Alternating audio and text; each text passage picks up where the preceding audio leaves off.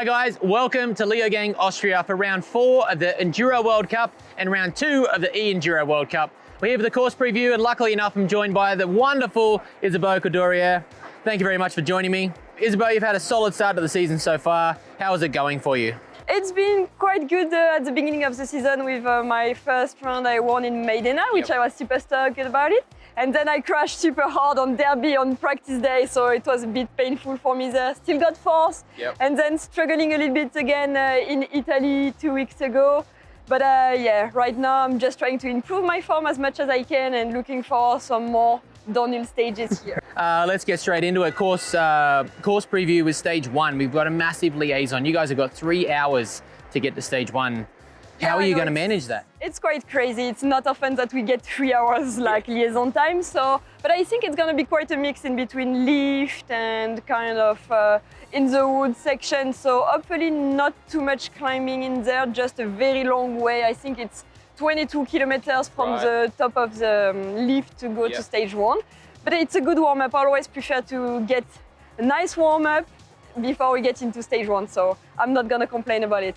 And stage 1 is pretty fast and furious. It's a bit of a bike park stage. There's a lot of really high speed corners. What are you focused on a stage like that? What's the priority with all those different sections? I think it's going to be difficult to find the right pace on this one. It's very tricky when we are on a bike park because we have this kind of like, you want to chill in those corners and kind of enjoy the track. But if you want to push on a bike park, you have to pedal everywhere. And that's for me the most difficult part about it. And I also think you want to set up your mood for the day. So I'm gonna try to have a good first stage. Right. We head on over to stage 2. We've got another chairlift, dramatically different terrain. Stage 2 is a lot more Euro. There's some side hill, it's a bit of a gully, there's rocks, there's roots, it's extremely physical at the bottom.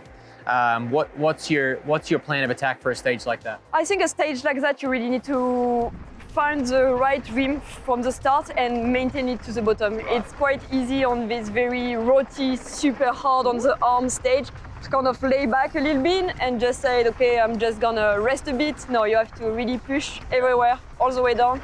And also remember that everyone is gonna do mistake. Like you cannot like do a stage like this and be like 100%, okay, I nailed this one. So you just need to remember, okay, calm down. Mistakes are gonna happen, but just keep charging, keep charging, keep charging. Such a variety in trails from 1 especially to 2. Is there something that you've got the time on the gondola to change your bike setup, maybe change suspension setup a little? Something like that? My teammate Adrien is very good on doing this, so he's changing his suspension setup from one stage to another.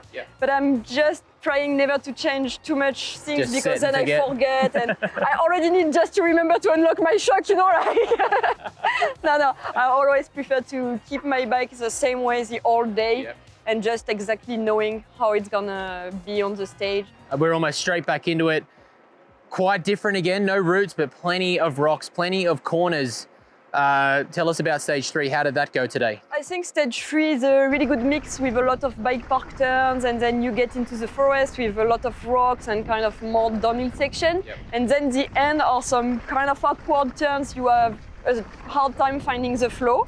And I think this is the most difficult part on this stage because it's where you're gonna kind of start losing the speed and you're gonna need to push a lot and make a great effort to always pedal after each corner until the bottom, and it's a long way. It's a long way. It's definitely that is our longest stage of the weekend of over 4 kilometers for that one there, and so many different bits. I mean, there's so many rocks. Will you go up in tire pressure a little bit? Are you running an insert?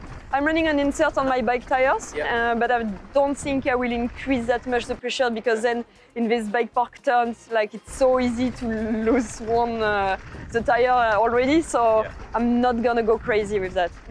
We've got a slight break after stage 3, then straight into stage 4. So we come back over here into the Leogang side. We head over to Salbach for the first couple of stages of the weekend, then back over to the Leogang side. Stage 4, back into the bike park, but it's quite a varied bike park stage. There's a lot going on in there. Yeah, it's quite a bike park stage, but still with some technical parts that are pretty cool. I think it's gonna be very fast. Like the speed is gonna be insane in this one. So again, I mean, you just have to really kind of manage going hard, but not too much because I think it's quite tricky and you can easily really get damaged. Well, you pick certain areas to push. I mean, you have to push. You guys have to push. The race is so tight. Will you kind of select certain areas where you're like, okay, I can go full gas and then calm down for the next bit? I would say on some races that's what I do, but here I think you cannot like afford to say, okay, I'm gonna chill down for a bit. I think this race is gonna be very, very tight, and you're gonna be like 100% all the time. And now we can see that 1 second can mean one place in one stage and can completely change the overall. So you cannot have this kind of thought anymore. It's like, just go for it. And where does 1 second come from? I mean, 1 second is crazy to think about how much racing we do. Do you think of one section like, oh, that was it, or it's just the whole day? For me, most of the time, I kind of, you know, like some parts, I just do what you said, try to relax and save my energy. And I think definitely in Italy, there are too many places where I apparently relaxed a bit too much. And in the end of the day, I was just 3 seconds away from Gloria, which means I could have left Italy with the overall leader jersey. So that's to show the importance of each second. It's insane. 3 seconds. 1, 2, 3. Crazy. And it can really change everything. So I'm just trying to not be at the end of the year and thinking, damn, this second. Bike park stage 4, onto stage 5, a lot more natural, a lot more routes. There's a few more high lines and a bit more enduro-esque. There's a lot more going on in that stage. A couple of key bits. Yeah, the woods are really tricky. I think on this kind of stage, you can lose more than you can win. So I think it's gonna be difficult to not push too much and accept that this is very tricky and you don't want to lose everything here. Is patience a pretty big thing for a course like this? You have to be patient? I think you need to. You cannot go like absolutely crazy on this kind of stages, otherwise for sure you're gonna crash, you're gonna make some mistakes. So there is a part of holding on and finding a bit of, like just a little bit under the pace, but you need just not to, you know, like to kind of, You can't go to sleep. It's difficult. And then back to the big monster. Well, not the big monster, but the famous Leogang bike park downhill track. So we start a little bit lower down than the standard downhill track. So just after the big famous wall rides, but man, there's a lot going on up there. Tell us about stage 6. Yeah, my training was a bit wild already.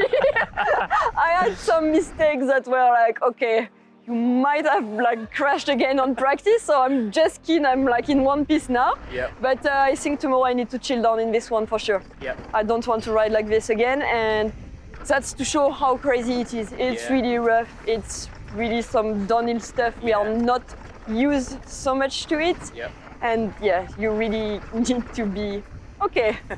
Let's see what we can do there. And with such big liaisons, it's going to be a big day. We're talking about over 70 kilometers worth of riding, about 4,800 meters of climbing and vertical. We will use a gondola, but there is a lot, that's a lot of descending. So to finish with a downhill stage like that, I mean, how do you manage your arms and your hands? How are you going to manage that? I think it's going to be a lot of pressure, more than everything physically. I think the most difficult part will be to manage pressure for everyone.